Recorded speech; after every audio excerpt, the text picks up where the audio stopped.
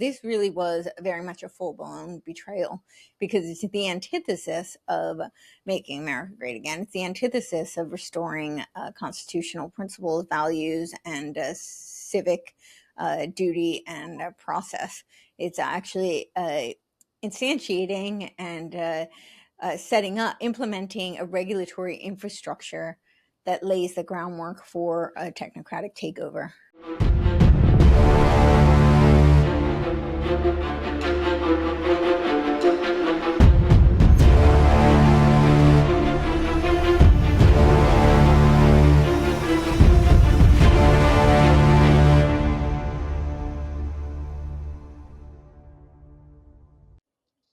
Hi guys, my guest today is Courtenay Turner. Welcome, Courtenay. Hello, how are you? I'm good. I hope you're well too. We have a big time difference, so for you it's in the morning, for me it's in the evening. Maybe can you begin to introduce yourself for people who don't know you? What's your background, and how did you come to the topic of technocracy, which we will discuss today? Yes, so I'm Courtenay Turner. I'm the host of the Courtenay Turner podcast. I was also the co-host of the Dangerous Dame show. I do several conferences. It was kind of like an Artists for Liberty conference. It was called the Cause Fest, Creative Artists Uniting for the Sovereignty of Everyone, and the Cognitive Liberty conferences. And I'm also the co-author of this book, The Final Betrayal, How Technocracy Destroyed America. I co-authored this with Patrick Wood, who is the living expert on the field of technocracy, which is the evil twin of transhumanism. Which is actually the title of one of his books. And how did I get into this? So I was living out in Santa Monica, California during the time of the 2020, during the time of the lockdowns and the quote unquote pandemic. And it was very draconian in terms of the measures. Everybody was locked down. Everybody's faces was covered. I, at the time, was doing very different things. I was a CrossFit coach. I was an aerial acrobatic performer, and I did motivational speaking. I would use movement as a metaphor for life and talk about my personal story and show people how they could use their physical training as a tool to overcome adversity in other areas of their life. And I would do the aerial performances to show them what was possible when no one thought it was. And of course, all of those events were canceled. They were all shut down. You couldn't congregate in public with other people. And all of my coaching was canceled as well. I was fired actually from both of the gyms I was working at. And I can't prove it, but I'm like 99.9 infinitely repeating sure that it was over politics. And so I retained a couple of clients who were willing to see me like in their homes or in my home or, in the privacy where we didn't have to wear face coverings. But I found myself very, very isolated because I think it was, difficult for most people, but I'm hearing impaired. I learned how to speak by reading lips. And so I didn't realize how much I still depended on all the nonverbal communication for clarity of speech until the coping mechanisms I spent my entire life developing were then stripped from me with, a face diaper. So I found myself really depressed, and I had joined a bunch of online group meetings just so I could see people's faces and have conversations and, hopefully save my morale because I was in a very low place. And some people, when they saw what I was posting online, I had the first day of the lockdown, I thought, okay, well, here's a good time to write. I had never had time, and now I had pretty much nothing but time. So I thought, okay, this would be a good opportunity. But at the end of 11-hour day, I had a beautiful white screen staring at me. And I realized that I was probably a little bit too anxious and depressed to embark on this endeavor. And so I ordered 11 books. And I decided it would be a time to read. But then I had so many things that I wanted to talk to people about with all the things I was reading and nobody to talk to. So I started posting on social media, and I really wasn't very active on social media. I was probably your kind of like a everyday Facebook poster who might maybe Instagram. Instagram was kind of my training blog because I had done American Ninja Warrior. I tried out for it. And so it was like a training blog mostly, but then Facebook was mostly just to connect with friends. And so it was a lot of social, and every now and then I might post an opinion, but it wasn't a very controversial space up until then.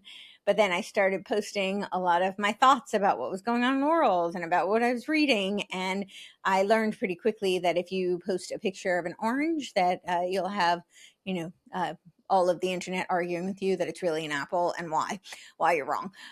That's pretty much how it works. So I had people on these meetings, online Zooms and whatnot, who realized that I was spending a lot of time on social media and suggested that I start a podcast. And I didn't even know what podcasts were. Like, I was very out of that space. I had dated a guy years ago who was a YouTuber, but I didn't really realize that was in the same vein. So someone said, you know, you need to be on Rogan, because they heard my birth story. And I said, what's a Rogan? Why do I need to be on it? So this this gives you an indication of how little I knew about the podcasting milieu. But I started to listen to Rogan. I started to listen to some of the intellectual dark web, and it kept me company because I wasn't able to communicate with many people. And then it dawned on me that it might be an opportunity, if I did start a podcast, to have naked face conversations. So I made a commitment for 6 months. I said that I might not air any of them, but that the only requirement was whether or not I really wanted in person, because it was really all about, being able to communicate with people and breaking this isolation. So I was trying to get that, but that was not always feasible. But the only requirement was whether you were on a digital interface or in person, you were not allowed to cover your face. I needed to be able to see your lips and, have the nonverbal cues. And I thought that the naked face conversations might save my life. And I mean that quite literally, actually. So I just made that commitment for 6 months, and I told everybody I interviewed that I might not air it, but they really enjoyed it. It did wonders for my morale. And so it was about, I think it was December of 2021, where I aired the very first episode. And that was a solo episode. I knew that you had to get approval from some of the audio platforms. So I was concerned that if I had done an interview and it was too politically charged, that might not go over so well. So I did that as the first one in December of 2020. And then I aired my first episode in 2021. So that's kind of, yeah. So I started in more of like the medical freedom kind of space. But as far as the technocracy arena and the transhumanism, I really, from the very first episode I did, I said that I felt like we were being steered towards a transhuman leading to a post-human techno-feudal world. So I very much had that thought from the get-go. At the time, it was a lot of woke, anti-woke dialectics, and I really tried to stay out of that, because I felt like, not that what they were doing to the children wasn't devastating, in my opinion. I think the whole trans movement was very challenging, and in many ways child abuse for a lot of the children who were, caught up in that. However, I felt like if I were to address it, I would be perpetuating this dialectic, which had a shared telos towards transhumanism. I really thought the trans was all about transhumanism. So I really tried not to get too immersed in that, because I didn't want to perpetuate it. And then I pretty early on had become familiar with Patrick Wood's work. So while I was tracking transhumanism, I was not as familiar with technocracy. But then I had found his work and realized that, well, they need the transhumans in order to execute the full technocracy. The biodigital convergence aspect is very essential. So.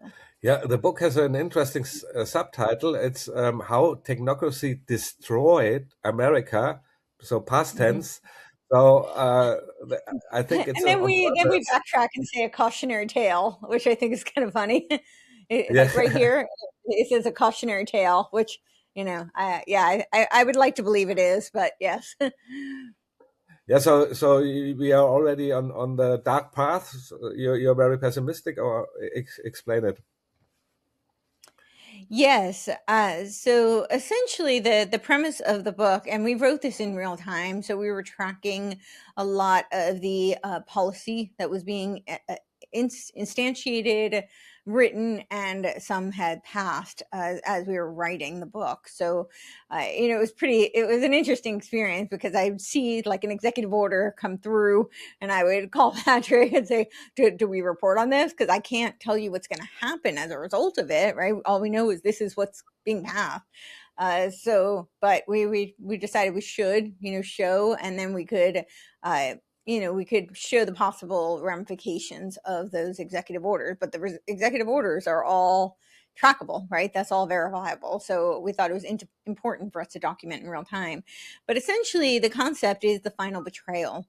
So, the MAGA movement, which is the Make America Great Again movement, that Donald Trump was running his campaign on when he ran this time around, that he was going to. I think a lot of people thought that meant we would get closer to a restoration of constitutional founding principles and, things that people associate with the founding of this country. And unfortunately, I think the reality that we experienced was much more akin to handing the keys over to Silicon Valley.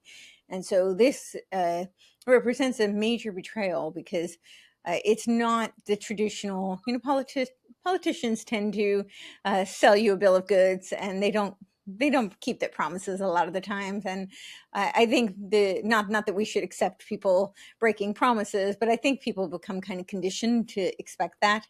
So that's not really what this was. This really was very much a full-blown betrayal because it's the antithesis of making America great again. It's the antithesis of restoring constitutional principles, values, and civic duty and process.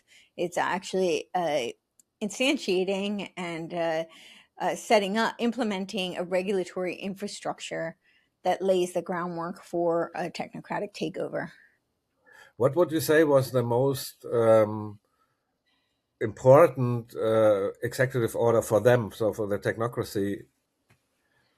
Oh, there's so many. But I think, well, there's so many. But in terms of executive order, I don't know which one I would say is the most important. But there were a bunch of executive Or orders. law, or whatever was the what I mean. If it's so many, then it's hard to say, of course. But just as an example, a good example for Well, because I I think think most people don't even realize what they did. what's happened, sure. So a couple of things that I think were really pivotal. That really changed the landscape moving forward. So one was the Genius Act. So this is around this stable coins, and for people to know, the Clarity Act has actually passed through the Senate Banking Committee. And this is very, very concerning. The Clarity Act was originally part of the Genius Act, but the bankers, so it's mostly like the mid-level, the regional, those kind of banks, not necessarily the big central banks, or the big, I don't know if it's like the big 12, the big conglomerates. It's not those banks, but the more medium size and smaller banks pushed back so hard that they had to take the Clarity Act out of the Genius Act in order to pass the Genius Act.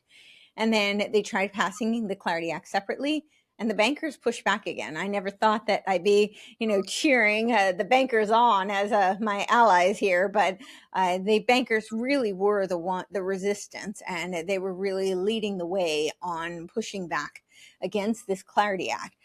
Now, unfortunately, it has gone through the Banking Senate Committee, and so it does look like it is going to be pushed through. So that was really huge in terms of setting up a regulatory infrastructure that gives legitimacy to these stable coins. So I would say that was big. The one big beautiful bill was also, very much surrounding artificial intelligence, AI, the deregulation. In that, there was this like clause about the states, and there was some pushback back and forth because it kind of overrides the 10th Amendment, right? They did, because there was so much pushback, it ended up being a loophole through funding, which is typically how that goes, right? An example that some of your American audience might remember was actually the seatbelts. Right, so I think New Hampshire is the only state that actually still does not have a seatbelt law. So the way that it's completely unconstitutional to mandate, to make a law saying everybody has to wear a seatbelt. The way that they got around, and especially to make it a federal law that, imposes on every state, right? That violates the 10th Amendment. States have individual rights. The way they got around that was to say, okay, you don't have to make a state law about seatbelts, but then you won't get any federal funding for your roads and your highways and your, traffic infrastructure. And so a lot of, I think every state except for New Hampshire conceded because, well, they want the money. So that is typically how that goes. And that is kind of the loophole in this case as well.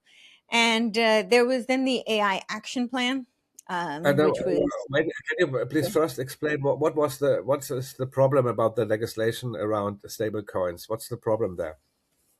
okay. So right now we have a like essentially it's a fiat currency, right? Which is there's problems in that, but you do still have cash. Cash is not trackable. It is not traceable. It is not programmable, right? You have complete autonomy, sovereignty. You have it's free and clear. If you leave somebody at a restaurant a tip in cash, that they I mean, some restaurants, a lot of restaurants here in America will have a pool system where if you give somebody a tip, they're supposed to share it with the bar back and the host. They share it with everyone, right? That's typically Yeah. how a lot of restaurants work. I'm just giving this as a tangible example for somebody to really wrap their head around this. But if you hand that waiter cash, now it's up to them. I mean, they might, if they are honorable, they're going to pull it in, but they could just pocket it. If they have complete autonomy, it's not traceable. Nobody, unless there's a camera watching that transaction, nobody knows how much cash they were given, and they can spend it however they want. If you hand a child an allowance and they have cash, you can tell them not to buy cookies with it, but unless you're standing there watching them, nobody knows. You can't track it. So that becomes very different when we move into things like the credit cards. This is kind of the early stage of what is setting up this digital infrastructure. This what they're really moving into is tokenization. And so it is trackable, it is traceable, but you still have quite a bit of autonomy in this case. They're while they have the capacity to track and trace and do all of that, for the most part, you still have some sort of equity and freedom and autonomy over your assets. What they're doing with this regulatory infrastructure is they're setting it up so that it becomes not just payment tokens. It's really to pave the way for tokens. That's what this digital money is all about. So we had remember, it was, I think, January 25th of 2025, where he actually canceled his prior executive order. Like initially when he came into office, he kept saying how we would not have central bank digital currencies. That was one of his big campaigns, no central bank digital currency. A lot of people had learned what those were about. They were very concerned that that would be a possible conduit for tyrannical overreach. And so they very much pushed back against that. So, but then in January 25 of 2025, he actually rescinded that. But before he even rescinded it, he proposed these stable coins. So, and he was talking about having them pegged to the dollar, so tethered to the dollar. Tether is actually a stable coin, but you have the not just Tether, other stable coins that would be tethered to the dollar. So they would have some sort of, that would legitimize them, and it would become stable is the term for like stable pricing, because a lot of these digital currencies become very volatile, right, in terms of the market. And so this is now shifting into where they can become a asset based token. And you've heard people like Larry Fink and Howard Lutnick, and they keep talking about how they want to tokenize everything. And so that becomes very concerning. Trump himself started something called the World Liberty Financial. It's the USD1. So it is his own stable coin. He actually accepted $500 million from, I believe it was Czech, a one of the Gulf states. I can't remember his name. He's known as like Sheikh Spy, but I don't remember, can't pronounce his full name. So, but yeah, so they accepted, I think it was $500 million into this World Liberty Financial, which is a USD1. They were branding it as like the truth dollar. So it's very much being marketed to the American public as, oh, they were canceled. This is a freedom dollar. It's the truth dollar. But in many ways, it does look like it's quite a bit of a conflict of interest.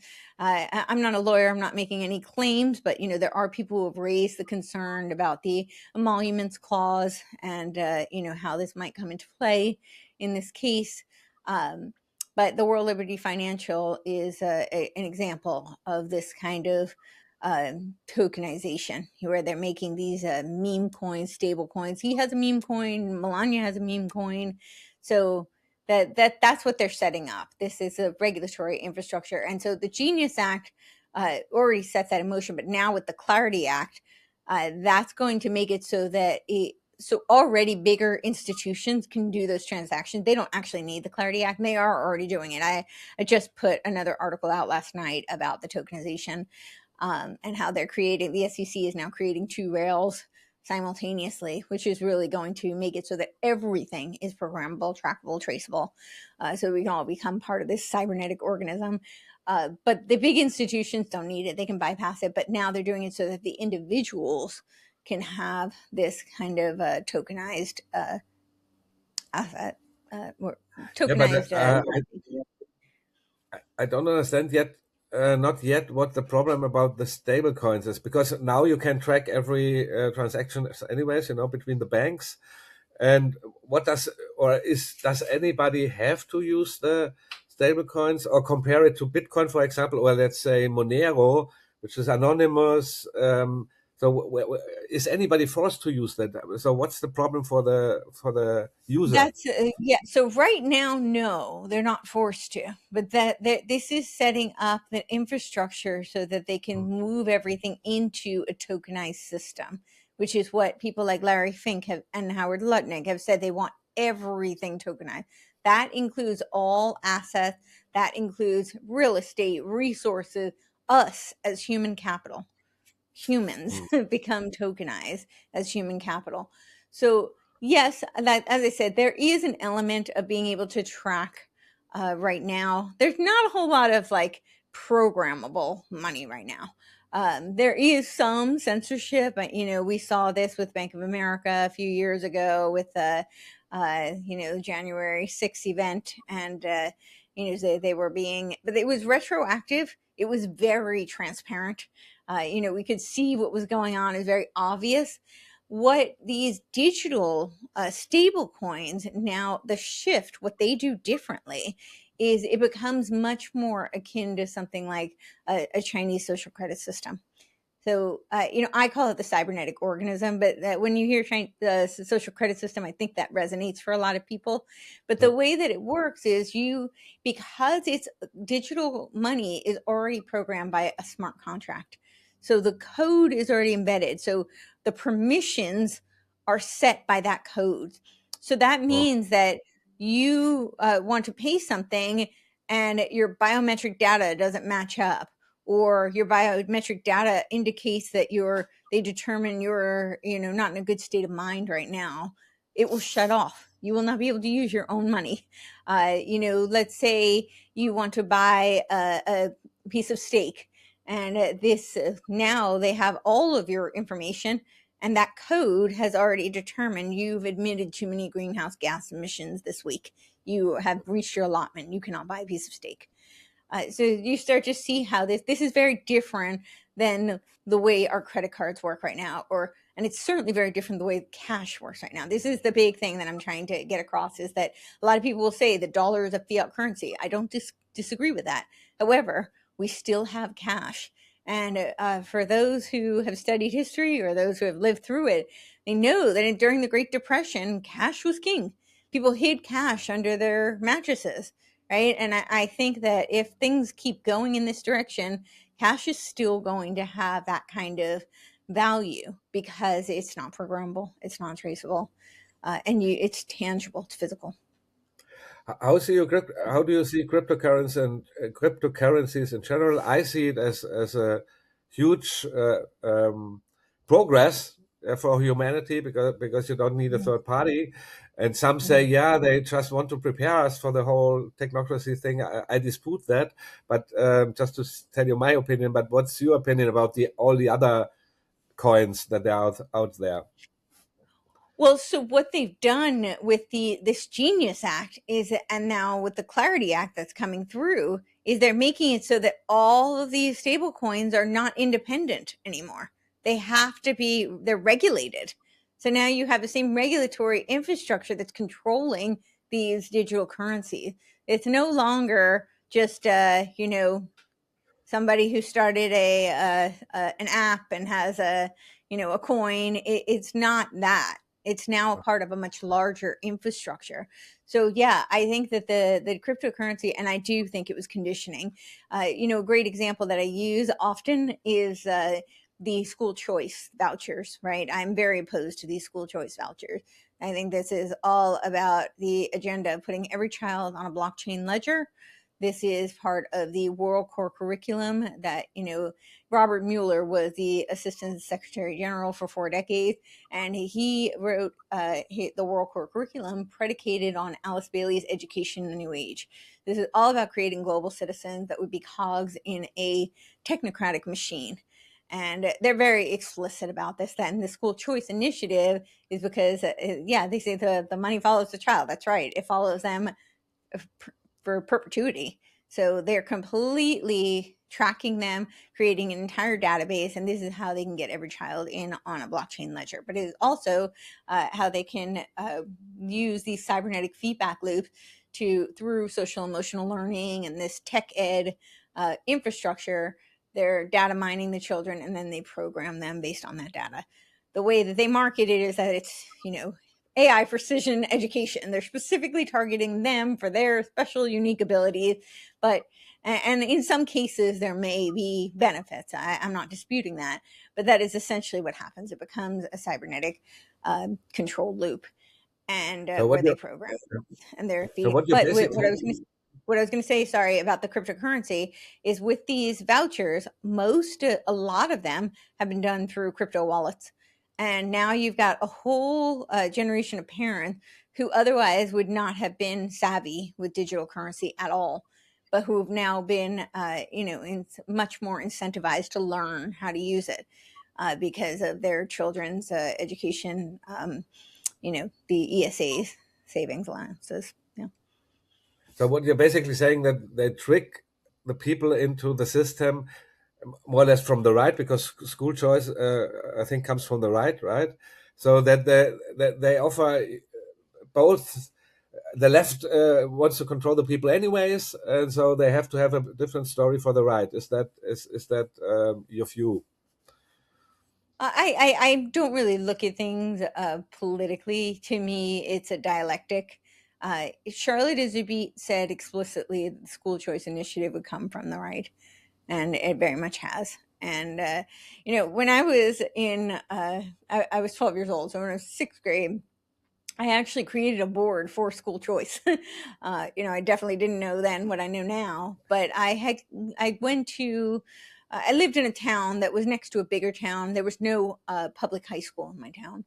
And it was very cliche. Like the only school I was allowed to go to was across the railroad tracks and not a good education, not very safe. And I had friends who lived further away, but went to, some of the neighboring town high schools, and I didn't understand why I wasn't allowed to go. It was like, one, they were my friends. Secondly, the school was so close I could almost walk to it. I could definitely bike to it, and so I didn't understand that that school was actually in closer proximity. So me being naive, very young, I didn't get it. So I had heard about this voucher system that was becoming much more popularized at the time, and this was several years after Charlotte had blown the whistle on it, but I was not privy to that. I was not aware of these things at the time. And so I created a board, and 6 years later, they actually did execute the voucher system in my town. So I look back on that. I can see how it's very compelling to people. I don't fault people who are championing this. A lot of them don't know. They don't know the agenda behind it. They don't know the history behind it. But Charlotte did warn us that it would come from the right. And I think that's very much what we're seeing. But typically, I don't look at the left and the right and these different labels more as marketing. So they're shiny wrappers for target audiences. So some people's favorite color is pink, some is purple, some is blue. And so they're going to have a different wrapper that's going to be more appealing to different audiences. But ultimately, inside that box is the same thing. They're offering you the same thing. Since you just had the defeat of Thomas Massey, I hear that you are not interested in the party politics, but he specifically was against the lighter regulations for AI and so on. So I saw that you did not comment on that. I wanted to ask you before in the off if I even shall ask it, but I do it now. So do you even look at it, or what do you say about, or would you say a guy like Thomas Massey you would have voted for because he's more liberty oriented, or do you just ignore it? You said he was against what? I didn't hear that part. Sorry. There was this with the data centers. They wanted to have exceptions from environmental rules for the data centers, and he said no, they should follow the same rules. That was so. It was in his campaign. It played a major role. Yes. So I know a lot of people thought he was more of like a liberty minded. I'm just looking up. I remember I had made a comment about what it's called personal hepatic interaction and iometer robotic devices. That was his patents that he had. He founded Sensible Technology, but yeah, he went to MIT. I don't really see him. He may have been fighting against the data center. I don't really think he was as anti technocracy as a lot of people frame him. I think that he, in a lot of ways, was very conducive to it, to be really honest, given his background, given his. It's what I've noticed is there seems to be this kind of a lot of people in the more libertarian space. They're exoteric messaging, and they may genuinely believe it. I'm not saying that they're trying to mislead us, or they're intentionally being deceptive. But I think that they have this vision that they're fighting technocracy, but really they're fighting for their flavor of technocracy. As long as it's their version, they think they're going to fight technocracy with technocracy. And I don't think that's going to work out all that well. That's why I wrote the exit and build Tesla's world wireless world brain. That article, I really go through this and how a lot of these techno libertarians think that through their ingenuity, they're going to fight the system with their own flavor of it. But what ends up happening is they end up being contributors helping to build the beast system. And I'm not saying they're doing it intentionally. A lot of them have the right spirit. I applaud them, and I think they're well intended, but they don't have a true understanding of their philosophical roots of their belief system that come from this Lockean strain of voluntaristic contractarian kind of metaphysics, which Locke used the language of natural law, but it wasn't natural law in a in the metaphysical sense. It was very much under the if you're under the contract, that means that it can completely vitiate everything else. You can opt. So people are saying, "Oh yeah, you can opt in, you can opt out." Yes, and that completely overrides your inalienable rights, and that becomes very problematic. So that's what we're seeing a lot of. My other problem with Massey No, is no, let's stop. okay. Let's go here. I wanted to go there anyways because you coined a very interesting term here with the. I have to look it up. What you said, yeah, you coined the term. I would say it was you. The metaphysical firewall of God-given inalienable rights. Mhm. Can you explain that? And then I want to ask you questions about that. Yeah, absolutely. So I believe that the only bulwark against this transhuman technocratic agenda is the metaphysics that were codified by the Declaration of Independence. So this is a great way for people to think about it. I mean, it's much older than the Declaration of Independence, obviously, but in the Declaration of Independence, in the preamble, there's this line that we are all created equal and endowed by our Creator with unalienable rights, the rights to life, liberty, and pursuit of happiness. In that, it sounds so simple, but that is a incredible metaphysical statement. Now, I'm not saying, and I've elucidated this pretty extensively in many of my articles. I understand the milieu of the Enlightenment and of our founding fathers, and I'm not saying it was a monolith by any stretch of the imagination. That doesn't change the terms, the language of that document. It explicitly states that there is a creator and that we were endowed with inalienable rights from that creator. That means there is a distinct creator creation separation. There's a distinction between those two. That's the first. That's a huge metaphysical claim. Secondly, that we are Imago Dei. We are made in the image of God. We are endowed with these inalienable rights by the sheer virtue of being human, that we have these rights and they cannot be taken away. They are a part of our intrinsic being. And it is because we are wired for human flourishing. This line of pursuit of happiness was very intentional. Originally, if you look at the Declaration of Virginia, they talk about private property. Right. A lot of the Lockean documents are all about private property. Property is a legal term. Again, it's voluntaristic, it's contractarian. That is not natural law that underlies that.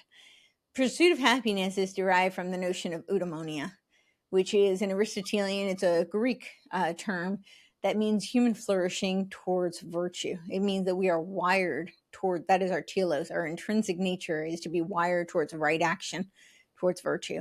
And Aristotle believed that you needed articaria, which is the self-sufficiency of the home, in order to achieve eudaimonia. So private property is already embedded in that notion. So it doesn't need to be stated separately. And they were very explicit about that they did not make it about a legal contract. This was a much deeper concept. So yeah, I believe it is the metaphysical firewall, because it explicitly says that we are not managed processes. We have fixed nature. This is my factory reset article. I talk about the lineage that goes, I think it's one of the oldest debates in Western civilization, philosophical debates between being and becoming. So we can go back to Parmenides and Heraclitus. Parmenides believed that things had a fixed nature, that things in reality were as they are. They don't change, and they're not a representative, an image of some other ideal realm. They are fixed in what they are. And what you see is what it is. And then Heraclitus said, he was famous for saying, you can't step in the same river twice because everything is flux. You are always changing. Everything is always changing. So everything's malleable. There is no fixed nature. And you take that line through, a lot of people will attribute Plato to the being line. And I would disagree. He does have a sense of there's a transcendent, but it's the ideal form. So that really paves the way for emanation. And when you look at his divided line, the whole process of achieving the noesis, so you sit at the top of the divided line. The lower half is the doxa, where they're staring the shadows on the cave walls. And that's essentially the path for what he called was noesis, but I think I would call it proto-Gnosticism. It's really an emanation trend. And, of course, it was prior to Gnosticism, so I can't say that, but I think it paved the way. They very much laid the groundwork. But that is the primary philosophical difference.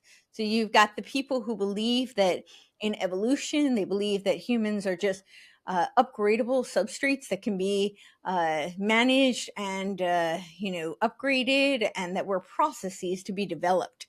We can become nodes that are advanced and like a new operating system. And then you have the people who the concept, metaphysical concept of Imago Dei. We are made in the image of God. We have a fixed nature. We have a telos. There's a purpose to our existence.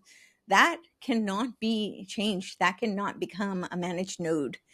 That becomes a metaphysical firewall. And I think it's a very important concept for people to wrap their heads around.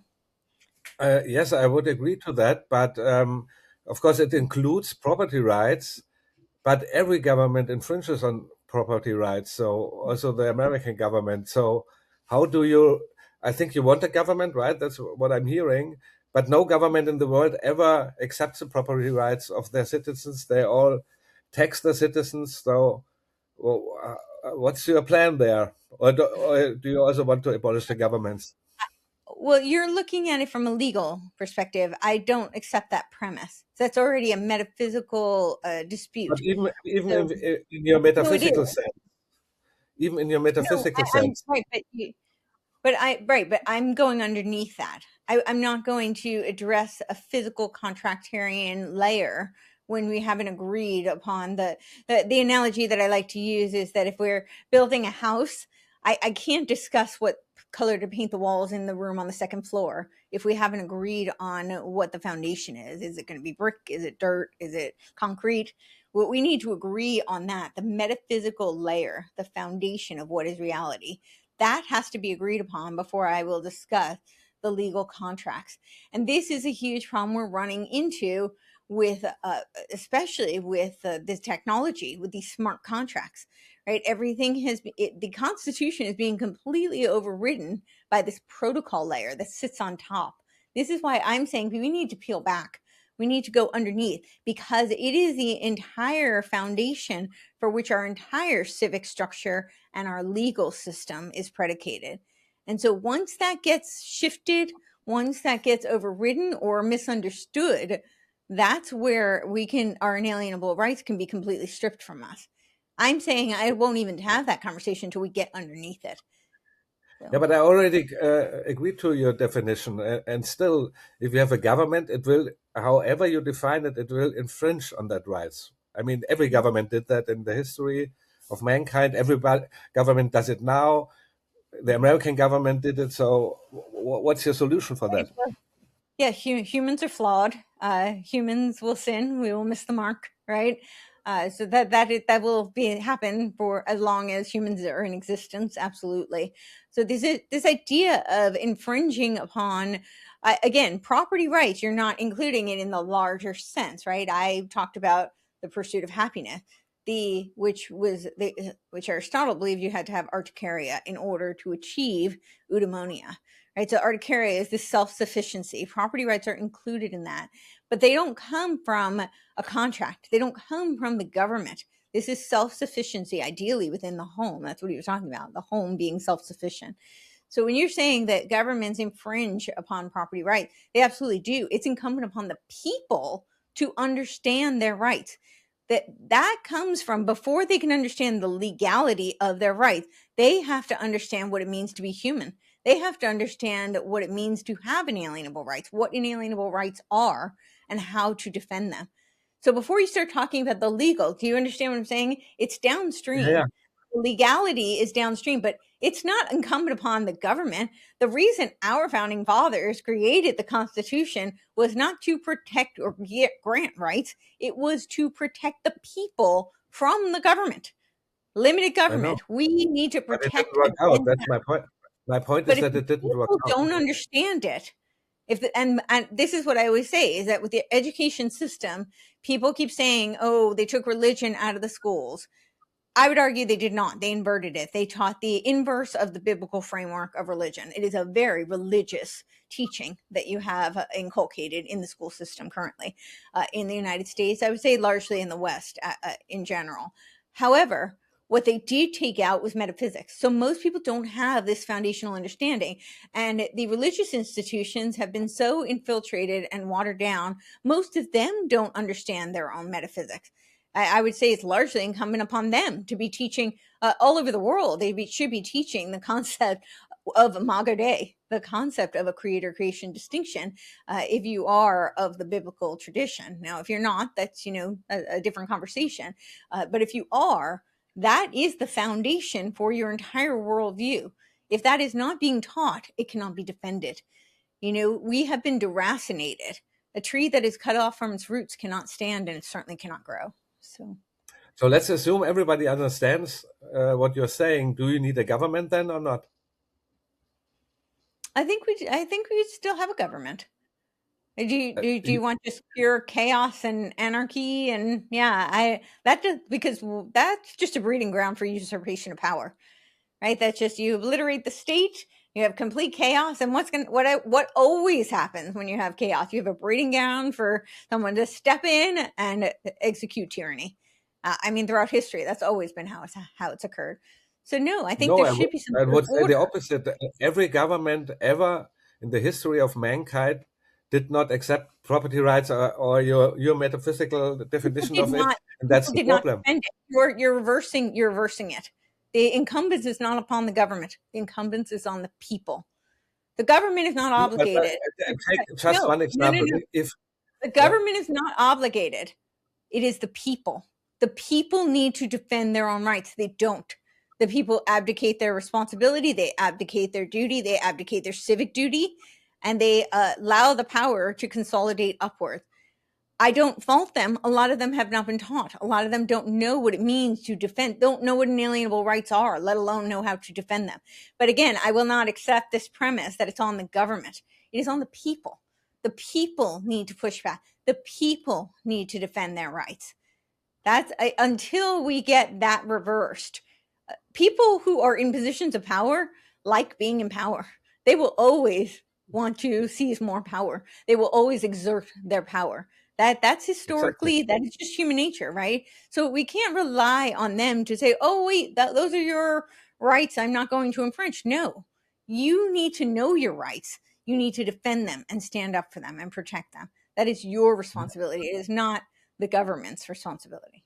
So Yes, but it never happened in history. And my example is, if I don't accept it, that I have a government who tells me, who wants taxes from me. I don't accept it.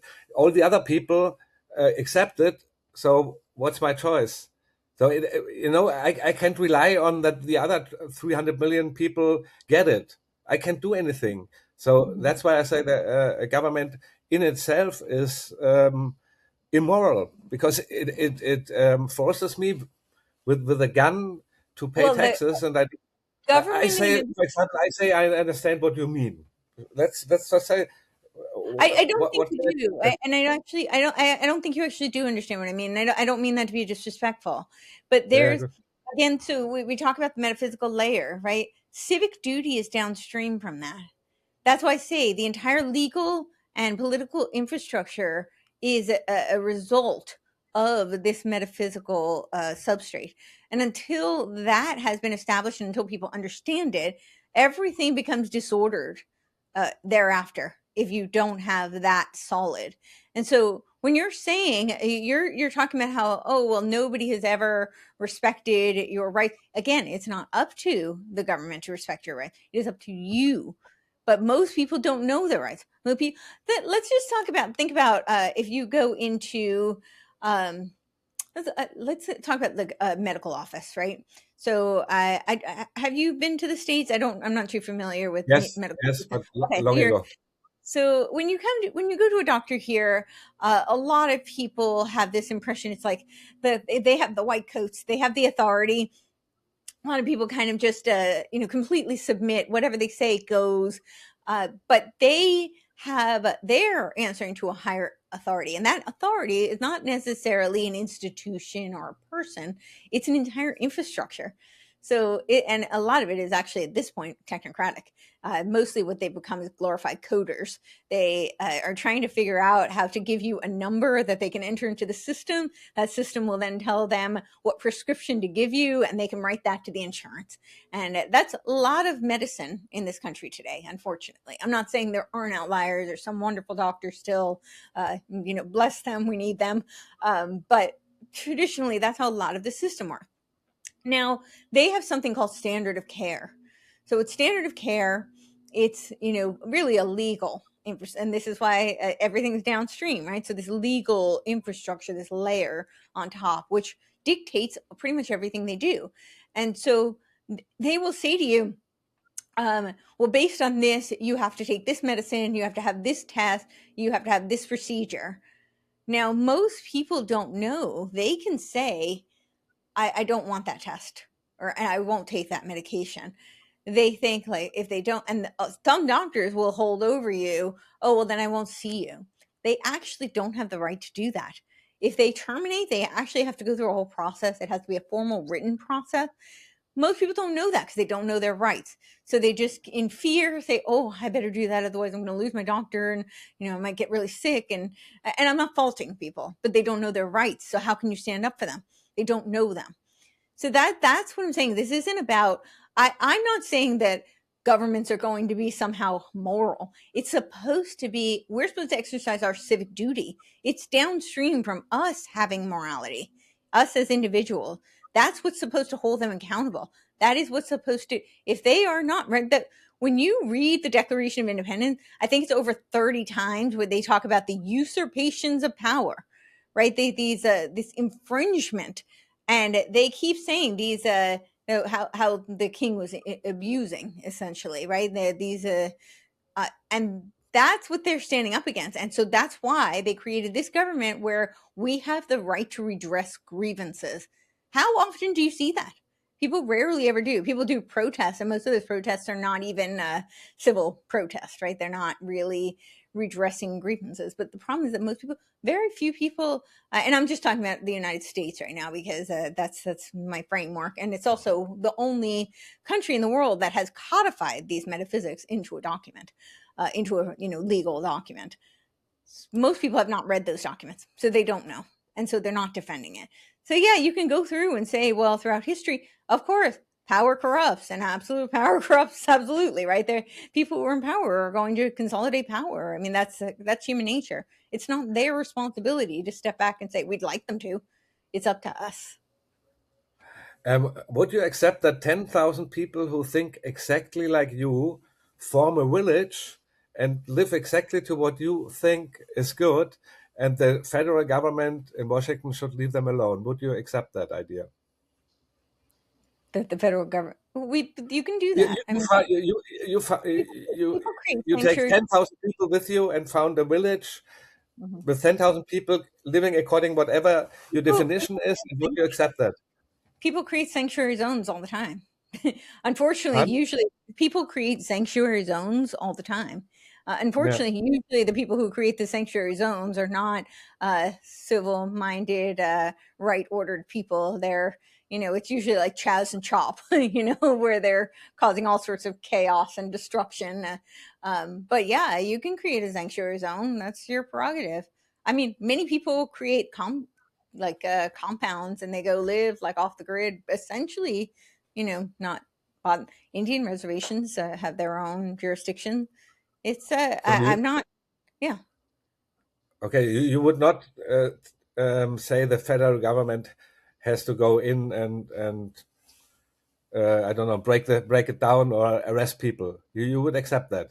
That would be okay for you. Well, 10,000 people thinking like you're you. you're making you're making a blanket statement on something that I can't answer because I don't know, and every circumstance is going to be different. It depends on what they're doing, and it depends on what the consequences of what their actions are. So, I don't like what's going on with these network states because they're so that's kind of an example of what you're talking about.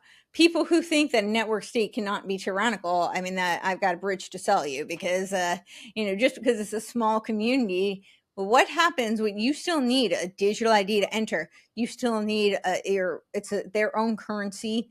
You think they can't lock you out? The example I like to use is if Of you course they enter. can. That's why I ask you specifically if it's 10,000 people who think like you. That's my specific question. Right, but here's the example, right? So you enter a vegan network state, right? And you happen Maybe to go out there and I you have. think most people don't know what that is. Can you explain it, please? Okay, so a network state is a concept that was very much popularized by Balaji Srinivasan. It was predicated on Patrick Friedman's notion of seasteading, which Peter Thiel invested $1.7 million into. It did not take off, although Balaji himself in his book says that there's no problems getting the seasteading project off the ground. As soon as we get the network state off the ground, then we can crowdfund for these ships in these international waters that are outside the purview of nation state law. And so, in the meantime, he's advocating for what he explains as being in the place of a nation state. It will a geographical nation state. It will be an ideological cyber network state. So you'll have these little enclaves where somebody shares your ideology or your worldview, or, as I said, the vegan or the carnivore, I'm just being silly, giving examples, but these are different network states, and they're outside the confines of the nation state laws. They have their own laws, their own jurisdiction, but they are some of them do have physical geographical location, but they are connected through cyber. But they essentially become their own cybernetic organism, because you do need a digital currency. They have their own currencies. They have their own. You have to enter, so it's some sort of a digital ID to enter. They have their own rules. Most of those rules are set by codes in contracts, smart contracts typically, that have already been. And a lot of those smart contracts are recursive, meaning they build upon themselves and write their own code progressively, building on themselves, and those cannot be negotiated. The provisions are written into the code, so you have to behave in accordance with those contracts. Now they say it's voluntary, that you can enter, you can leave. However, my experience is that it's pretty difficult to negotiate with humans. Negotiating with a smart contract is going to be that much more difficult. You can't negotiate with a smart contract at all. So my problem is that he actually, and here's the other concept, is that he says that it's decentralized, but in his book, he explicitly says it's decentralized towards a re-centralized center. So this becomes, again, Shewell's world brain, the decentralized ganglia, which, at the time he said were the information institutions, academia, and entertainment, media, would become the conduit to create this world brain, the noosphere. And essentially, now that those information institutions are the internet and these technologies and these platforms. So he says it himself explicitly, it's towards a re-centralized center. So I do not subscribe to subverting a nation state. You are subverting sovereignty and control and power. You are subverting it into the hands of these tech billionaires, who are really just looking for ways to bypass the laws that they find inconvenient. So a lot of it is around like tax shelters. And not just tax shelters. It's so they can do a lot of experiments, around what they call long-termism, which is a lot of transhuman type of experiments that they're doing that would not be approved otherwise in the nation state necessarily. Yeah, that's why I asked if you would allow it if they do it exactly like you want. No No, digital it's ID. not. It's not about doing it the way I want. I'm No, one person. I have my own. I believe in free will. I'm not trying to make clones of me. Yeah, that's not what I'm talking about at all. When I talk about metaphysical framework, I'm talking about a worldview. Now, this is it's the architecture of reality, right? It's just that's what metaphysics is, the study of reality. So, the study of the nature of reality, how things are. Now, most of the world, or a lot of the world, subscribes to the worldview. You don't have to have the same religion. I mean, there's theological disputes amongst, even within Christianity. There's tons. I hear it all the time. I think it's actually not productive, these theological disputes. That's not a disrespect to any one denomination. I tell people they should hold their convictions dear. Their theology should be sacred to them. But where we need to align is really that's their personal theology. And within their church communities, that should be held dear.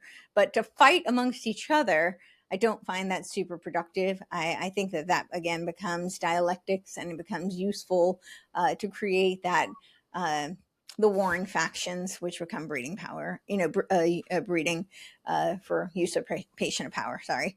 But I think that what they do share theoretically is a metaphysical worldview. This idea, in particular, that there is a creator-creation distinction, and that we are imago Dei. Human beings are made in the image of God, and that is why we have inalienable rights.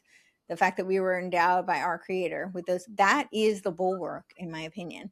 And that doesn't require everybody to have the same religion. Now, there are religious views that dispute that don't hold that metaphysical premise. And to me, that's a very different conversation. And yes, that to me is problematic. But the framework of the United States, again, this is why nation states, I think, are important, right? Now, in the United States, you don't have to be a Christian or a Jew or anybody who believes in a God at all. You don't have to believe that, we are a Maga Day, that there is even a God, that, you could be a pantheist, believe we are all connected. You could believe in pantheism. You can be, completely, I don't know that anybody's really completely secular. Most secularism is really humanism, but you can believe whatever you want to believe. However, you have to abide by the laws that are codified in the Constitution, which is downstream from the Declaration of Independence, that stipulates that there is a creator, that we have inalienable rights. So this Mhm. is why I do think the nation states are important, and they do help breed sovereignty. So living here, yeah, you have the First Amendment. Believe whatever you want to believe. You still have to abide by the laws if you want to live here. And the laws And are downstream. because you mentioned the seasteading project, so is it okay in your view if some people build on the sea, out of the milestone, their own their own island? Do you think that's okay or not? Is it okay for somebody to have their own island? No, no, the seasteading project, you mentioned it. Yeah. Is it okay when people say we go on the sea together with our rules and we don't harm anybody? Is that okay for you or not? Well, I don't think that you're asking me to justify a very specific instance. That's not the same thing as an entire project or a legal framework around a project. Right? They're very, very different things. Are there people who live on boats and they essentially live outside the jurisdiction of that they're living on their boat? Now, I know the nation state laws still extend even in waters that are close by, but let's say somebody is I mean they're I don't know what you call those people who but they do like the ports, and they're back and forth, and the shipping that are on the boats. I mean, most of their lives are on those. They're not, they're on international waters more than they're not. um I like that these things exist. There are people who like have multiple passports, so they may not identify. I think in most countries you have to have one as a primary residence. But you're asking me about things that are very specific about an individual case. That's Yes. not, I'm not here to adjudicate on individual cases. When you talk about a seasteading project, now we're talking about creating an entire infrastructure and a body of laws around a specific type of lifestyle. That's a Yes. very different conversation than what people do in the privacy of their own, home or boat, is not really my concern. I prefer not to be involved in that. That's not for me to judge. Okay, let's go. A major villain in your book is Peter Thiel, and he pretends to be a libertarian. So it all, and he really financed also the seasteading project and so on. So give me your opinion on him, and do you think he's? I mean, it sounds to me that you're not even a fan of libertarianism. So for you, it would not be a problem that he is not really a libertarian. But what's your opinion on him? Yeah. Well, I'll address that first. A lot of people are saying, "Oh, he's not a real libertarian." He absolutely is. He's carried libertarianism to its logical end result. I made that very explicit in the Technocratic Creed article that I wrote. I touched on it in the Factory Reset. I've talked about it in several of my works, and this is essentially where libertarianism goes, and it is because it is voluntaristic. It's voluntarism, and it is contractarian. So that is a layer that sits on top, and it essentially overrides your natural law. Even though Locke used the term natural law, he really has a very different concept. This is not natural law in the sense of us having inalienable rights. Everything can be overwritten by a contract. And so I do not subscribe to that at all. That is libertarianism to its nth degree. I know I'm not trying to, uh, you know, uh, I know a lot of libertarians have great spirit. They mean well. They think they're fighting for freedom. They don't know the philosophical roots of what it is they're defending. But if they did and they really understood that this overrides natural law, I think they might perceive it differently. Now, Peter Thiel himself is, he's of a very specific strain. It's this kind of like Straussian, Hoppian. He's not just a libertarian. He's really a post-liberal in many ways. He has said he no longer believes that democracy and freedom are compatible. Of course, the United States is a constitutional republic. We are not a democracy. And I think that using the term democracy in many ways is actually a very distinct active measure. It is intentionally designed to subvert from within, because we're a constitutional republic. And the marketing, I have an article that's coming out either today or tomorrow. It's the sequel to my Happy Birthday America, Now Hand Over Your Sovereignty. But it's about the AI World Society, which has now rebranded as the Artificial Intelligence Wisdom Society, which has, it's very loaded. That's polysemy. And it is, I've always said it was a nod to the new age. And this is very explicitly. But in this, they market, the book is America 250, a beacon for the AI age. And so they're specifically targeting America using the term democracy to promote AI voting and AI governance, because they say that that will be a direct democracy, participatory democracy. Our founding fathers explicitly said we do not want a democracy because that is Yeah, more but the rule. democracy is not libertarian, so that doesn't. Well, there are different strains of libertarianism that do support democracy, absolutely. And I'm saying that Peter Thiel does not. And so Right. he's not just a libertarian. He is a post liberal. He does not believe in the liberal project, in terms of like the classical liberal democratic, even though we're a constitutional republic, the kind of participatory representative framework. He doesn't believe in that. So he is very much a post liberal. I think he is very much an architect behind a lot of what we're seeing today. I'm not saying that he doesn't have people above him who steer him and guide him. I'm sure he does. He's after all only a billionaire, and I think the trillionaires probably call the shots, but a lot of the time. But he was a chess player as a kid. He was a champion chess master, and I think he looks at the world very much strategically that way. We outlined several rules that he has. Right, he had studied under Girard. He was studying memetics. Right, that's that whole meme theory, and most of what we're experiencing today, I would argue, really is meme warfare. And because he's so versed in how the social media landscape works, I think that he's a real master of that. It's not that he's on necessarily, not like Elon, who's much more of a front face, but he tends to be behind the scenes, building up people who become his proteges and who his disciple. He had a huge influence on like JD Vance. He put in $15 million into his Senate race. Very much mentored him in many ways. He has all these private, like secret societies. He has one called Dialogue, which he does these retreats. And I don't think that the name Dialogue is a coincidence. I think this is a dialectical generative function. That he knows what that's doing and how that's propagating meme warfare out, proliferating out into the masses and out into the world.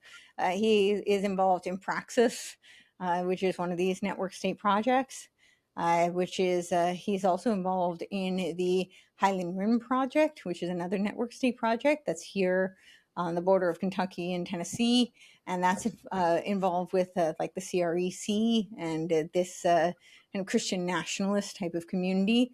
So he's aligned the tech bros with the Theo bros, which is again very top down autocratic. They have some differences, but they align strategically, operationally. They very much align. Yeah, he's funded many kinds of which really do look like operations, like Dime Square in New York with these artists. Most of them had come from the left, far left, like communist, either directly themselves or familial relations, and he's kind of groomed them into what they call the new right. So Yeah, he's definitely an interesting character, and his whole Antichrist series is essentially again a dialectic, and it's the same dialectic that Barbara Marx Hubbard was claiming, right? Her escape from Armageddon. It's this idea that we're going to face Armageddon or the Antichrist, and he, of course, says the Antichrist is anybody who puts any constraints on AI, and yeah, so he's essentially advocating that we have no regulation on AI at all, because that would be the Antichrist. He's the one who introduced Curtis Yarvin to Herman Hoppe. He had a salon in his own home, introducing them. And Herman Hoppe is a very much a post-liberal, anti-democracy philosopher, which had a lot of influence, I think, on both of them. But yeah, I could go on and on about Peter Thiel. There's a lot to be said there, but Yeah, but you know why Hans Hermann Hoppe is against democracy. who? Hans Hermann Hoppe, you mentioned Hoppe, and I also saw you posting about it that you connect Jarvis and Hoppe, but you know that they have different models, right? Yeah, Yeah. you can have different models. That doesn't mean he wasn't very much influenced by him. Yeah, I don't think that's a bad thing because Hoppe thinks that nobody has the right to rule over other people. So I would hope maybe for the viewers, Curtis Jarvis wants to have like states governed by or big corporations, Hmm. and that's a different model than Hans Hermann Hoppe, which is a private law society where you have different cities and the streets are owned by somebody else. And what Curtis Jarvis wants is one state. There still you have a monopoly of force, like in a government, but not elected. Um, Well, so, he wants it to be it to be run like a startup company. He calls it huh? a Sov Corp, a startup company, like a Sov Corp. Yes, So it was originally Gov Corp. Now he calls it a Sov Corp, sovereign corporation, and he essentially says that we should run the country like a startup business, and we should have a CEO style monarch. yeah, So he was, had a lot of hopes. He wrote in a whole article about how he was excited to have Trump come back and essentially come be the CEO that would run the country like a monarchy. That he says that a company is essentially run by a monarch. There's a CEO controls everything, and right. that's what would happen here. So he was very disappointed that Trump did not, do that for him, at least not to his liking, and he was threatening he was going to leave, um, but which he did not do. But Yeah, yeah, this is antithetical to everything that our country is founded upon. So yeah, it's completely anti-American. This is a post-liberal model. Yeah. yeah. So I saw a post that you made that you conflated, in my opinion, that this is the model of Hoppe because he said historically monarchies, many little monarchies didn't infringe on the I, rights I didn't of their conflate citizens. Garvin and Hoppe. So their diagnostics are the same. They're both rejecting they're rejecting the Enlightenment. That's why it's called the Dark Enlightenment for Garvin, right? They're Yeah, rejecting the Enlightenment project, which is not a monolith, by the way. So anytime somebody just flat out rejects the Enlightenment, I'm like, you already are either an op who's intentionally propagating misinformation to steer people, or you don't know the history because that's completely false. It was not a monolith. But their diagnostic is the same, and it's a both. They reject democracy. They reject the right, premise of democracy. Now, in Yarvin's case, I find it interesting because and I don't know that. I think he probably knows this. I think it's a. I think he's too smart not to recognize it. But we're not a democracy. But he's rejecting the entire democratic Western civilization project. Both right. he and Herman Hoff share that. Now, their prescriptions are not the same. I recognize that. I never conflated those two. I'm Yeah, talking about their rejection of the Western civilization project, and yeah, that to me is very concerning because this is the entire bedrock upon which our civilization functions. So to reject that, and now I don't agree with either the open society model, nor do I agree with the Sovcorp model. I recognize that our system is very flawed, but I think our system would be less flawed if we actually restored what our system is. We've strayed so far away from it that what we're functioning is not what our constitutional republic had initially set up at all. So Yeah, but okay, but you still have to explain why the majority of people, call it republic or democracy, whatever you want, why do they have the right to rule over me if I don't do anything to anybody? nobody has the right to rule over you. This is not about ruling over you. Yeah, This but is again, that's this what is every government does. That's the argument. The main again, argument. again, this is it's not upon the government. It's not their responsibility to restrain their power. That is up to the people. That is your job. That is my job. That is not the government's job. Right? No, So but we need to uphold the laws. We need to uphold the piece of paper does not do the job itself. We can't expect the person in power to say, "Oh, wait, I stepped over the line, let me step back." That's not going to happen. That's not realistic. That's not human nature. That is not at all what I am proposing. So yeah, yeah, the, the keep going. solution of Hoppe is that everybody voluntarily agrees to what the community says, and I don't see any argument against that. That's not what I'm saying at all. I'm talking Again, 10,000 people gather together and say we do it this way. We don't hurt anybody. Would you object to that? you're asking me about a specific instance and a specific Yes. like this is a hypothetical. Make This it is easy. To make it I easy. no, it's not. It's not though because no, I reject because we're talking about you're talking asking me to approve a specific hypothetical example Yes, versus an and you entire can make it up. You can make up how that No, society. I won't though. I don't accept the premise because my concern is the larger infrastructure. You're trying to get me to agree to one isolated hypothetical situation that could then be extrapolated and replicated.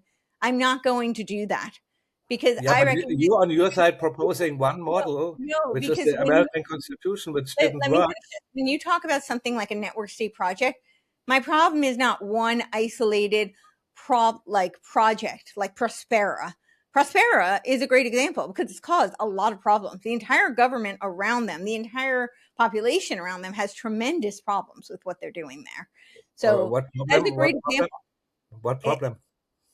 all sorts of problems. So first of all, what they're doing is with their subsidiary that used to be called Vitalia, a city where death is optional, is now called Infinita. They're doing all sorts of transhuman experiments there. Yeah, but There's a they great don't experiment on people that experiment don't on do it people, voluntarily. right? But again, it's the Somebody condition puts a chip in his environment. hand but he's not forced to do that. So It's what's the the problem? environment that you're putting people in. You're again, so again, we're having a disconnect because you subscribe to a voluntaristic model where you Correct. believe that everything is based on contract. I don't agree with that because I believe that we are imago Dei.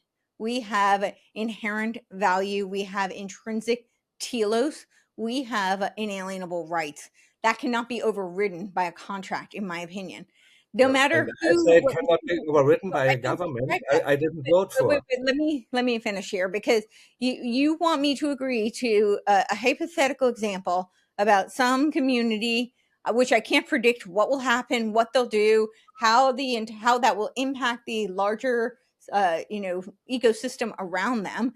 So I will not do that. Yeah, But that's moreover, not I'm not possible. concerned If they about do that. that, they Here- infringe on the rights of others. But here's well, how do you know they don't infringe on the rights of others? Yeah, So, but because that here's my you don't know that. But here's my bigger concern is now what you're doing is you're trying to extrapolate that. This is what we see with the network state. Network state isn't about one isolated project. It's not about Praxis, about Atlantis, and the Prospera. It is about the broader project that they're trying to create, which will eventually, exactly as Balaji Srinivasan said, be re-centralized towards the center, right? So it is going to become an integrated. It's what I've been talking about with the spins, right? Segmented polycephalous integrated networks. It is all these segmented many heads integrated, right? Networks. So they essentially become the noosphere. I do not subscribe to that. I will not advocate any. You can say it starts out as one community doing their thing, but that's not what it's about. It's about creating this larger infrastructure that becomes nodes in a world brain in the noosphere, and I'm not on board with that. Okay, because how do that they will do that? override. Let's say there are 50 cities around the world. You say they want to send. I didn't read that sentence. They want to centralize it. But if They my did. city, I yeah, yeah, can pull it up if you want. no, no, I believe you. But I It's make my example. There are 50 Section cities, 4 in 50 Balaji cities. Srinivasan's book. Pardon? Section 4 in his book. I can find it, but it's No, such, I remember. I don't dispute it. I just said maybe I overread it. But there are 50 states, and you say it's somehow centralized, but every one of these 50 cities can say no because they are hundreds of kilometers apart. Or how do you think they sanction the city, one of the network states, when it says no, I don't want to be there anymore? How does that work? Uh, who do you think runs the cloud server that they all operate on? You just can switch it off. Who hinders you? I don't see that. You're arguing for a centralized system with a Federal Reserve who absorbs all the money right now in the government you want, and steals 50% of the money of the people, and say, oh, maybe there are 50 cities and they all collude together against whom? I don't get the. You can just, if you are the CEO of one of these cities, you can just say no. I don't want digital ID or surveillance.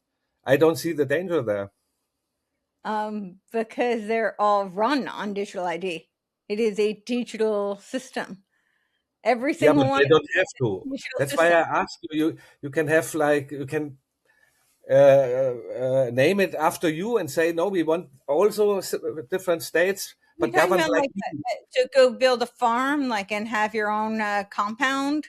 Yeah, lots of people have done that already, and they essentially live, outside. They're far out in the middle of nowhere. People all Okay. over the world have done that. That is entirely different than a network state. That is under a centralized digital infrastructure that can surveil you, that can track you, that is run by smart contracts. Entirely apples and oranges. If Mhm. somebody were to build off the grid, and they want to live off the farm and have a community that, Okay. essentially a commune. I mean, Right. yeah, people can go do that. I'm not. That's not for me to say. I mean, as long as but there's still laws that they have to comply with. In their Right. state that they may build it in their country that they build it in, and these are pretty basic laws that we don't steal, we don't murder. I think Right. they still have to follow laws, but no, can they basically do their thing? That's completely different than these digital infrastructures. Okay. You just see that difference, but then we're on the same page here. If they do that, like you want, that's what I wanted to ask you before. So how do you? Don't have to abide by the laws that are in that Yeah, jurisdiction. but not like okay, then you have to make your example again. If I have a farm, I don't kill anybody, do I have to pay the federal taxes then in that example?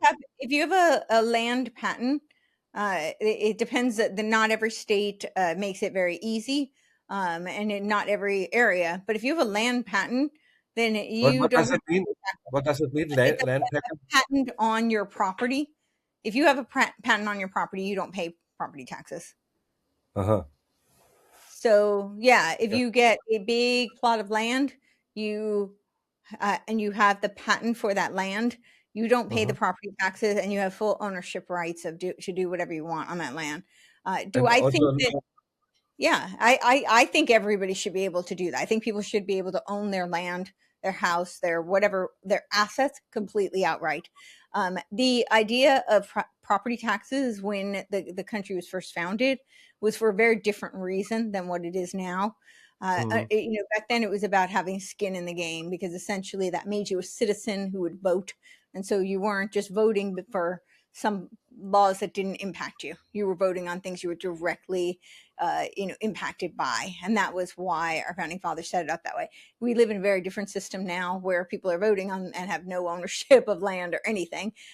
So I don't agree. Right now, I'm not a fan of property taxes, because essentially the property taxes become, it's like you're leasing the property from the government. So, yeah. you default, then they seize ownership. So it's a very different system. However, you can get a patent, then you own the land free and clear. I think people should be able to own their land free and clear. When you buy something, you expect that you own it. I mean, if I buy my phone, it's a bad example because completely everything's user access, but I buy this book, I should be able to tear out pages. I write in it. I can highlight and mark up whatever I want. This is mine. It's my property. And yeah, I think if somebody buys something, they should own it. And that means that they should have the abuses too, right? You know, in the Romans, there was the usufructus system, right? There's the abuses and the usus. And essentially, what everything has become is the usus. And that's where they're moving with the tokenization, is where everything will become access granted or access denied. It's all uses. You will have no ownership. That's why you will own nothing and be happy. I keep saying you won't be so happy unless we come to love our servitude and Huxley's Brave New World. And now that we have the executive order on psychedelics, maybe they'll give us all soma. I don't know. Would you be in favor of so originally I would say America was much more decentralized. So would you be in favor? I don't know. I think it's not everywhere, but the sheriffs are voted on, right? And the judges. I don't know if it's the same in every state. Would you be in favor of that? So that it's all decentralized. And what do you say about what the federal government is doing right now? For a simple example, why is there an education ministry, federal? There's no the federal government is supposed to be incredibly limited. It is incredibly bloated at the moment. This is resembles nothing like what the Constitution lays out. There is nothing in the Constitution that says anything about education at all. So the idea that there should be any kind of federalized education system is actually completely unconstitutional. Now, each state within there is when in their purview to offer public education. It is not in there. It's not constitutional, federally constitutional, for them to require it. And most states, and I've actually had this argument with my own state legislatures. I've said that you are required to offer public education. You are not required to mandate it. They are very Hmm. different things. So the Constitution does say that there will be an option for those who wish to put their children into public school. There is nothing in there that stipulates that they have to. And this is most of our founding fathers were not educated, not formally. Most of them they were avid readers. Most of them had read the Bible. Whether they believed in it or not is different. But they had read it, so they had that foundational training. That was at least the as an educational resource. They had read it, and most of them were avid readers, but they were not formally educated. So no, that's just one example. But yeah, our federal government should not be involved in most of the things that they're involved in right now. All of these extra kind of departments that they have are just big money sinkholes. When would you say was the last time that it worked according to the real meaning of the Constitution? When would you say was that? Let's say maybe the like early 1800s. I Okay. think after the Civil War, I think 1861, a lot of things changed. Yeah. Yeah. I'd have to really think about that when it was. I think it was pretty early that things started to shift, unfortunately. But So last question. So what do you make of uh, Peter Thiel having Palantir? You know, they are all state funded. Yeah? Palantir, InQtel, and so on. So that doesn't fit to. You said he's a real libertarian, but that doesn't fit. So what do you make of that? I mean, he's building the very antichrist system he seems to oppose. That's why I would say he is not a real libertarian. That's why I you know know, I get why people say it. It's yeah, not that I don't understand the claim. I yeah. reject it. I don't agree with it. He's essentially he's using the libertarian, contractarian, voluntaristic principles to serve his own agenda, his own advantage. So But yeah, in this he's case, he not doesn't. a. I don't think he's a real Palantir Christian. is funded by Sorry, the government. yeah, Yeah, that's exactly my question. but He that's a doesn't do it contract, because he. right? But this is how it works. It's a contract. He's got the way he's funded through contracts. He has contracts with the government. He's not a government employee. So that's how it does follow it to its a logical conclusion.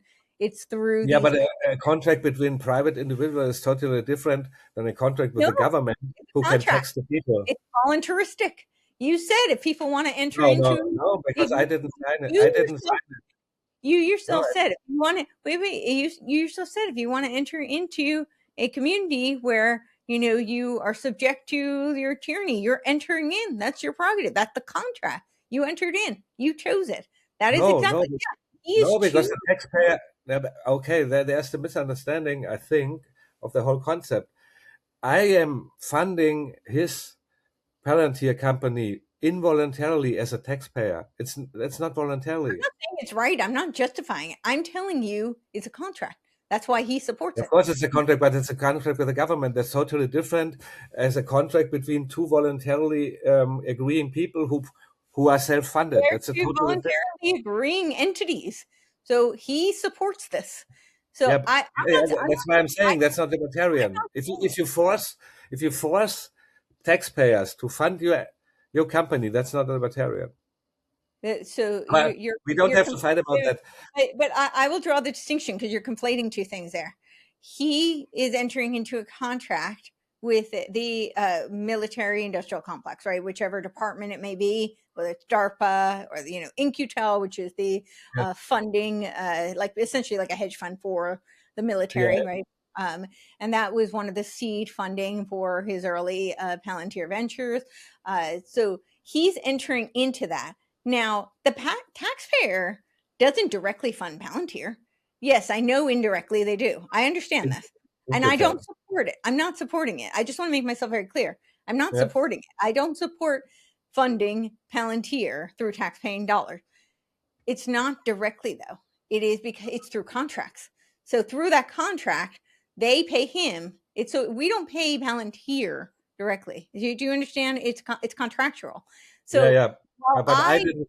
I'm not advocating. If I would be American, I didn't sign it. That's just a difference. But I'm not advocating it. I'm not defending it. I'm telling yeah, you I know, operationally how well, there's a difference between what I agree with and operationally how something works and of how it course. functions.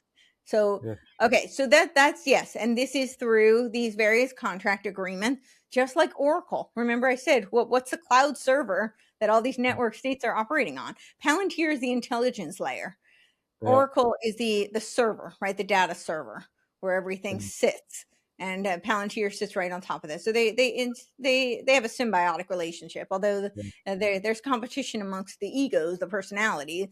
In fact, Larry Ellison tried to buy out Palantir. I think it was back in 2016, and of course Peter Thiel said no. But Oracle is the data server on which the intelligence layer of Palantir, the all-seeing eye from yes. Lord of the Rings, sits on top of. So yeah, it becomes it's essentially very much a symbiotic relationship, and they're both integral to this greater technocratic infrastructure. They're not the only ones, obviously. There's several companies involved. All these various AI companies have a huge role. We've got Pax Silica in the works. We've got this Project Stargate that was announced the day after Trump took office, and yeah, and I mean, Oracle is not just neither is Palantir just in the United States, right? Oracle has been embedded in the entire technocratic infrastructure of China since 1989. So, I mean, this isn't new. It's just progressing quite rapidly. Yeah, that's also the reason why I made several critical videos about Peter Thiel, Oracle, and so on. That's why I'm also very suspicious about all of that. I was just talking about the theoretical framework, but I think we made our positions clear there.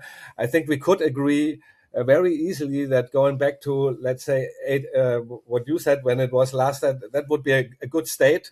I'm all for it being decentralized and so on. A very small federal government, so we can agree on that. The other thing was a theoretical, very interesting discussion. Um, Mhm. but as I said, Peter Thiel, I mean, he's in bed with the worst people on the planet, and I think Larry Ellison might be even worse than him. So Who might be I'm not, worse? Larry Ellison might be even worse Yeah, than maybe. him. Yeah. I don't know. Yeah. So I It's don't I don't a like toss-up. any of them. Pardon? It's a toss-up. Yeah. Yeah. Yes. Yes. So We are already at, I think, 2 hours or something, 1.5 hours. Do you want to say anything which I forgot to ask, or what is important for you? And where can people find you? And you already showed the book. I will also link it below the video. But Yeah. you have last words. What you want to tell us? Sure. Well, yeah. So this is the book, "The Final Betrayal: How Technocracy Destroyed America," and we did put a cautionary tale. We were hoping that this would not be past tense, and I think really awareness. You can't defeat a threat you don't know exists. So we were really trying to lay out a lot of these policies and the regulatory infrastructure that is laying the groundwork. So I hope I made that clear. I have written a series. I just released the fifth part of this series on. The fourth part of this series on tokenization. And Is what that on your own website or as a on my Substack, or can you Substack. So Substack? I released that last night. So it's on my Substack, and I think that I hope that that will make things a little bit more clear. It's called the two rail trap, and this is it's part 4 in the tokenization series. So I know that a lot of this jargon around like the financial kind of infrastructure that's being set up, it's a lot of legal and finance jargon. But the thing I want people to take away is that the Genius Act and the Clarity Act are setting up a regulatory infrastructure that makes tokenization possible. Now, a lot of people in this more like libertarian or quote unquote freedom in decentralization space are big proponents of crypto. What they typically advocate is payment tokens, right? This is setting up the possibility for asset based token. This is an entirely different infrastructure. Now, Yes. I don't deny that our currency is a fiat system. There's issues with debt-based system. It's not backed by. We're not on the gold standard anymore. There's all sorts of problems there. But some key takeaways: we still have cash. Cash is not traceable. It is not crackable. It is not programmable. So that is still very much a viable freedom modality of trading and currency. And what they are trying to do is completely eradicate that. When they replace it with a token that is asset based, you no longer have any equity. The token becomes just a representative. It's an image. It's a like a picture placeholder. So I hope these articles make it more clear. I'd have one in there that in the series is part 2. The first one is the tokenization of everything. The second one is called the proof of persona, and is based on this Microsoft patent. So there was a patent that came out in 2020 that was known as the 666 patent, and it's the 060606 patent. And this is around the cryptocurrency being attached to body activity data. And this is the blueprint for how we could be in a true cybernetic organism where they're tracking all your biometric data. We now have Sam Altman's orb, right? And the world coin where they track your irises. And this is part of the digital ID infrastructure that's tied to tokens, to cryptocurrency. So they're using biometric data. So I know it can seem a little abstract, but they're making this very concrete in real time. So this book is just showing you how that regulatory infrastructure is being laid, all the policies that are making it possible.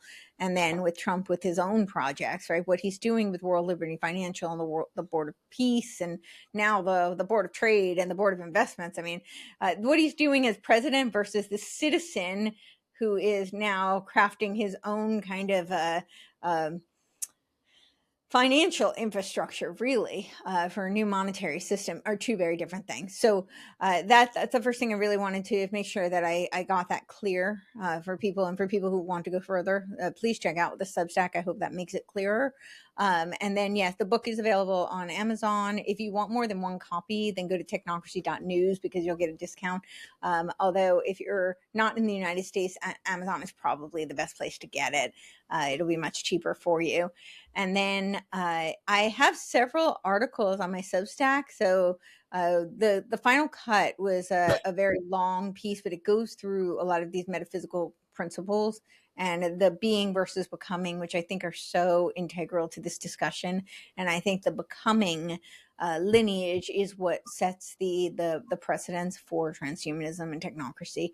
That is why I say that the being lineage is the metaphysical firewall against technocracy and transhumanism. So that's at courtenayturner.substack.com. But I spell my name like Courtenay. So it's Courtenay, turner.com. And for all of my paid Substack subscribers, I do put all of my podcasts out there, early access and ad free, because I have control over that. So you don't have to sit through ads. And yeah, so, and you can comment on the articles too. You'll get that too. So yeah, but most of I put some things. I put the dialectical engine one behind paywall. Most of them are free, but support is really greatly appreciated because can't do it without them. So, but the dialectical engine is a sequel to the Factory Reset, and it's an example of a podcast in real time that executes this dialectical engine, just so that people could see how this happens. It's not about the personality. They happen to be high profile, famous personalities, but it's really not about that. It's really about, that's just an example because people know these people. So I hope that it would make it tangible. And I put it behind paywall just because anytime you go after personalities, people get very attached and they want to defend their heroes, or go after their villains. And I wanted people to have the decency to at least skim the article. It's pretty dense material, so you can have your opinions. That's if you're fully entitled to agree or disagree, but I would like the respect of at least reading it before you come at me. So yeah, but thank you so much for having me. Yeah, thank you very much, and I hope to see you soon. It was so interesting, and there are so many more topics, but it's already 2 hours or something, or 1.5 hours. But anytime again. Thank you very much. Thank you.